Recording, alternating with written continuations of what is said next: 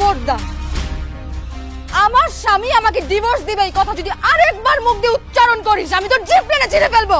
আসিফ, তোমার সামনে তোমার বউ আমাকে থাপ্পড় মেরেছে, যা ইচ্ছা তাই বলছো, তুমি দাঁড়িয়ে দাঁড়িয়ে দেখছো, কোনো প্রতিবাদ করবে না? তোর এত বড় সাহস, তুই আমার গার্লফ্রেন্ডের গায়ে হাত তুলেছিস? ও ঠিকই বলেছে, আমি প্রথমে তোকে ডিভোর্স দিব, তারপর ওকে বিয়ে করবো। এখান থেকে যা।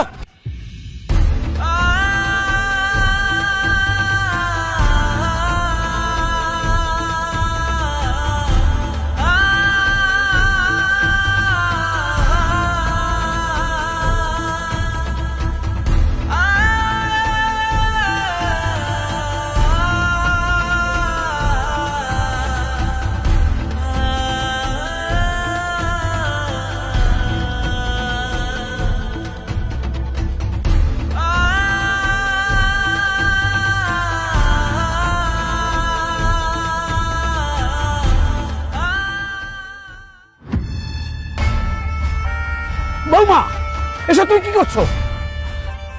বাবা, আমার মরতে দেন বাবা, এই জীবনটা আমি রাখতে চাই না বাবা।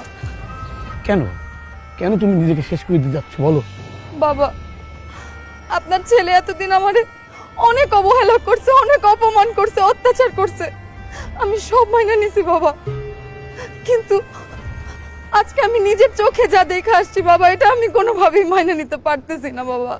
কষ্টে আমার মুখটা ফাইটা যাইতেছে বাবা, আপনি আমার মরতে দেন। তুমি কি দেখে এসেছো আমাকে বলো বৌমা। বাবা, আমি দেখলাম আপনার ছেলে রাস্তার পাশে দাঁড়ায় অন্য একটা মেয়ের সাথে কথা বলতেছে, আমাকে বলছে যে ওই মেয়ে নাকি ওর গার্লফ্রেন্ড, আর আমার ডিভোর্স দিয়ে নাকি কয়দিন পরে ওই মায়ারে বিয়ে করবো বাবা। বাবা, আমি থাকতে আমার স্বামীর আরেকটা গার্লফ্রেন্ড থাকবে, এটা আমি মাইনা নিতে পারবো না বাবা, এটা আমি মাইনা নিতে পারবো না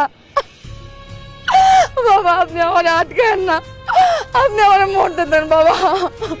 তুমি মরে গেলে আমি হেরে যাব, তুমি হেরে যাবে, তোমাকে বাঁচতেই হবে। গরিবের ঘরে জন্মেছো বলে তুমি মরে যাবে, তুমি মরে গেলে আমি হেরে যাবো। আসিফকে তোমার উচিত শিক্ষা দিতেই হবে বৌমা।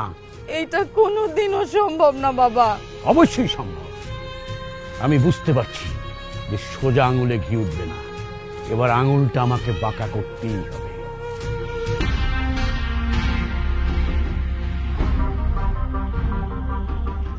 What is this? আপনাদের এত বড় সাহস, আমাকে দেখে আপনারা উঠে দাঁড়ালেন না কেন? এই কথা কান দিয়ে ঢুকে না।